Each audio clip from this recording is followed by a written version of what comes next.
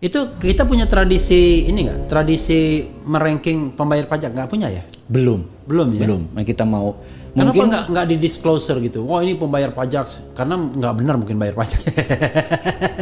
Makanya, wah ini bayarnya katakanlah 300 miliar.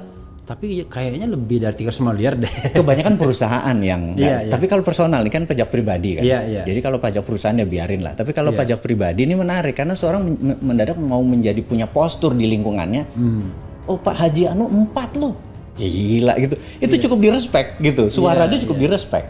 Jadi bukan sekedar Tapi satu berarti suara. Bung Bosman membayar 2 kali pajak berarti. Pajak perseorangan sama pajak perusahaan dong berarti. Dan pajak tax amnesty. Oh tax ikut juga tax amnesty kemarin? Warga negara yang baik saya ini. Karena itu saya bilang saya boleh komplain, saya boleh mengkritik Iya. versi saya sih. Iya. Karena saya merasa porsinya gue lakuin kok Iya, sebagai warga negara, bener nggak? Tapi sobat era sekalian, tax amnesty jilid 2 ini udah berakhir akhir Juni kemarin 30 ya? Juni kemarin. Ya. 30 Juni kemarin. Apa memang untungnya apa tax amnesty 30 Juni kemarin itu? Rekening kita minus kali ya negara ya, karena subsidi harga segala macem. Mereka Jadi perlu. mereka butuh fresh money gitu. Oke lah, kita contribute, Oke. gitu ya.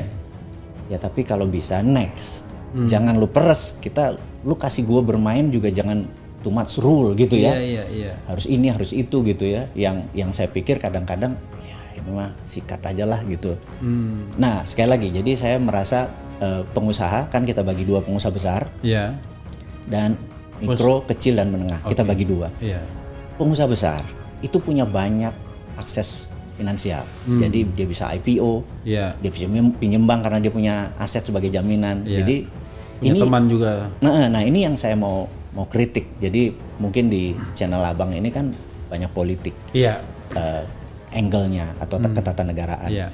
Tapi di dalam toto negoro, menata negara itu kan bukan politik satu-satunya. Iya. Kita anggap aja kita ambil yang istilah Orde Baru, IPO, Lex, Sosbud, Hankam. Hankam. Jadi ideologi, politik, ekonomi, sosial, budaya, pertahanan, keamanan, anggap 7 pilarnya. GBHN banget ya.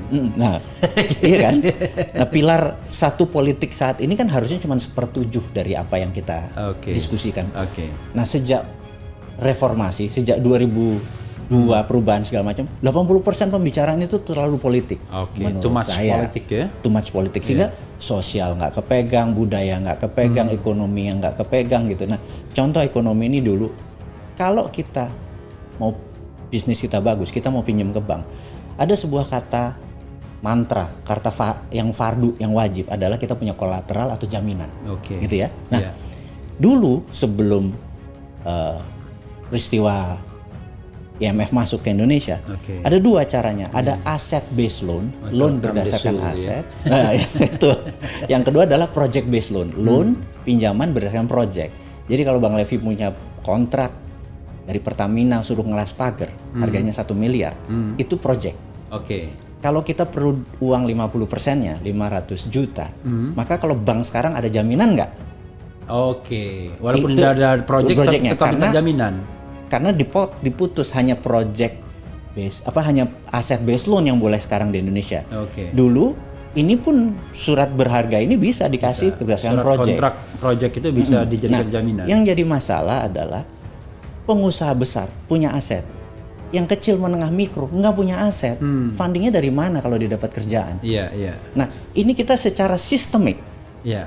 ini kita nggak bisa kaya nih. Iya, iya. Kecuali project loan boleh diadakan sehingga kalau Pertamina ngasih project ke mereka ini bisa dijaminin ke bank. Iya. Nah, saya tuh ingin mengusulkan hidupin lagi project based loan Oke. gitu. Ini kita sudah 20 tahun loh project based loan itu tidak boleh. Udah 20 tahun ya? Udah 20 tahun padahal ini contoh. Ini saya kasih contoh supaya sahabat semua yang nonton channel ini memahami the other flip of coin, sisi lain dari koin atau Iya. the dark side of the moon. Kita lihat moon, kita Oke. mau lihat dark side-nya Iya, gitu ya. iya. Nah, kita ingin mengingatkan misalnya nih, saya dapat project misalnya di suatu daerah di Pekanbaru, dapat project kontrak dari Pertamina misalnya. Iya. Proyek itu nilainya 100 miliar. Saya perlu duit 50 miliar untuk bangun. Jaminan gua nggak punya. Maka apa yang dilakukan? Saya pergi ke Singapura. Buat perusahaan di Singapura. 100% Indonesia. Terus maka kewarganegaraan PT ini, LTD ini kan Singapura punya, benar Singapura nggak? punya, ya. Kita akuisisi 100% proyek kita di sini. Kita pinjam berdasarkan proyek di Singapura, keluar nggak? Bisa keluar ya? Ya keluar, karena kan project based loan di I sana see. boleh. Ya udah. Terus nanti di sini ngutang, bayarin sana ngutang aja, terus di sini nggak pernah untung. I see. Ya gue kaya raya. Dulu gue lakukan itu. Oke. Karena itu gue bilang gue monster ekonomi. Dulu gue lakukan itu. Tapi sekarang gue udah insaf. Gue balik ke Jadi Indonesia. berapa lama berdosanya waktu itu? Banyak, lama. Ada kali 20 tahun gitu ya. Tapi di sisi lain Bang, cuman sekedar mengingatkan. Gue punya rumah yatim Indonesia. Iya. Usianya udah 26 tahun.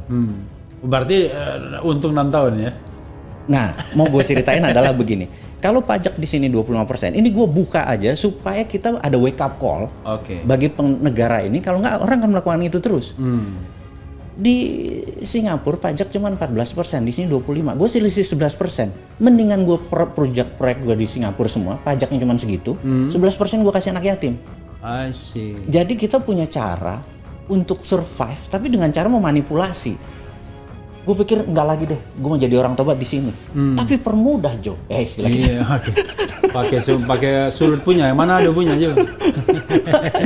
Permudah hal-hal seperti Iya. itu. Karena kita kan taatnya sama duit nih. Kalau Iya. kita pengusaha, bener nggak? Lu bikin susah, gue negara lain, Iya, gitu. iya, iya. Karena uang nggak ada kewarganegaraannya soalnya. Itu. Nah, kira-kira oligar, kira-kira konglomerat, kira-kira orang yang rekeningnya di atas 10 digit, apa taat sama beginian? Enggak, semua main di luar. Iya. Gitu. Nah, mau mereka balik. Itu kan, jangan pajakin yang coro-coro yang kecil-kecil UKM-UKM ini dipajakin. Nggak akan pernah kaya negara kita. Ini dipermudah mereka balik ke negara ini. Kaya kita itu, gitu. Nah, ini yang gue mau challenge. Jadi gue marah, ngeritik, tapi kasih solusi. Mudah-mudahan ini solusi ya. Ya, tax amnesty yang 1 dan 2 itu ternyata belum terbukti bisa mengembalikan uang itu. Belum terbukti bisa ada benefit tambahan dari uang yang ada di tangan tadi. Oke. Akhirnya cuma menjadi operation expenditure. Oke, Buat jadi dia operation untuk aja. operation aja. Iya, untuk biaya itu. Kan harusnya menjadi capital expenditure. Saya pernah diceritakan seorang menteri ya sekarang masih menjabat, menterinya powerful. Dia bicara tentang pengusaha sawit. Dia bilang dapat HGU ya 30.000 hektar. Kemudian berdasarkan HG, dan HGU itu gratis, dia cuma bayar-bayar pejabat aja gitu-gitu kan. Begitu tanah HGU-nya dapat, emang tanah itu kosong. Kan ada ini katanya, ada kayu-kayunya. Betul. Kayunya ditebang, dijual, dapat itu 1-2 triliun katanya. Itu buat modal.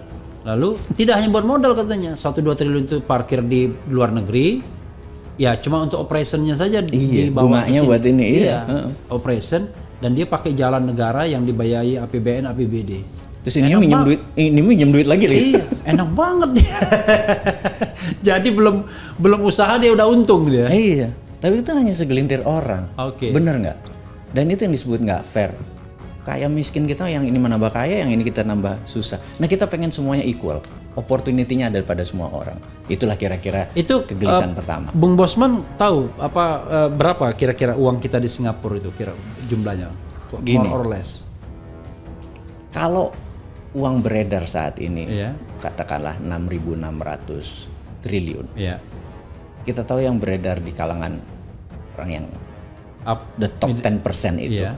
mungkin merupakan 80%-nya. 80%. Ya 30% di sana lah, I see. gitu. Jadi 6.600 itu kayak utang kita ya. Iya, makanya udah 1:1 sama uang beredar. Makanya. Utang luar negeri kita udah 7.000 sekarang. Udah 7.000. Itu kalau belum masuk utang BUMN. Ya, BUMN. Katanya ada juga utang yang nggak dicatatkan. Ada banyak. Makanya kalau dicatatkan kena ini sekian persen dari PDB. Iya, belasan triliun juga.